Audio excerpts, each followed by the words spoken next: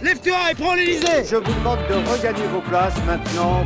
C'est toujours très difficile d'être entendu. Élargir le regard.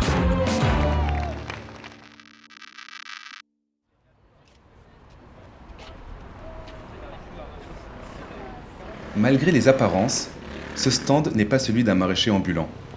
Ici, la distribution gratuite de légumes est un outil de campagne pour Julien Bayou, candidat à la 5e circonscription de Paris. Je suis candidat aux législatives pour être député. Les élections, c'est le 11 juin. C'est pour sensibiliser au gaspillage alimentaire et donc c'est de la récupération de légumes souvent bio, invendus à Rungis.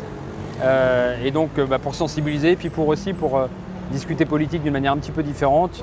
Il n'y a pas le risque de passer pour quelqu'un qui resserre encore les mêmes salades? Oui, on nous a fait un peu tous les jeux de mots sur la salade, sur les radis, programme radical, pour éviter de se faire carotter, etc.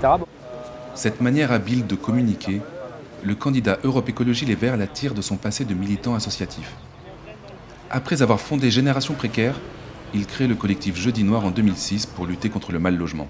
En 10 ans, on a fait progresser la loi et le quotidien de toutes et tous, mais il a fallu cette alliance de la mobilisation citoyenne, faire bouger l'opinion publique avec des réquisitions spectacles, avec des faits de gloire presque militants, mais aussi le travail peut-être un peu plus ingrat, plus précis dans l'institution. Mais se présenter en politique, n'est-ce pas une manière de renoncer à son militantisme? Un élu militant, ça devrait être, aujourd'hui c'est un peu surprenant, ça devrait être un pléonasme. Voilà, je pense qu'un élu qui n'est pas militant ne sert pas à grand-chose.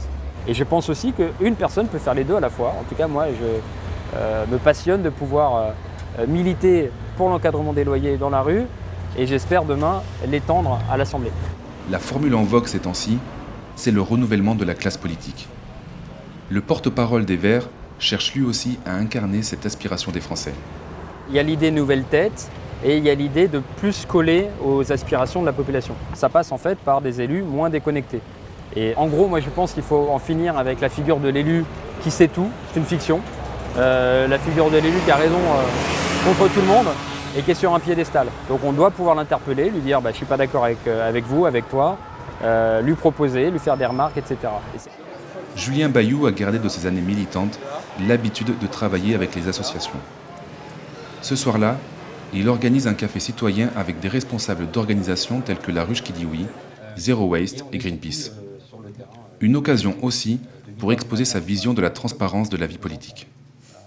Non, il y a la transparence des frais de campagne qui doit déboucher sur la transparence des frais parlementaires.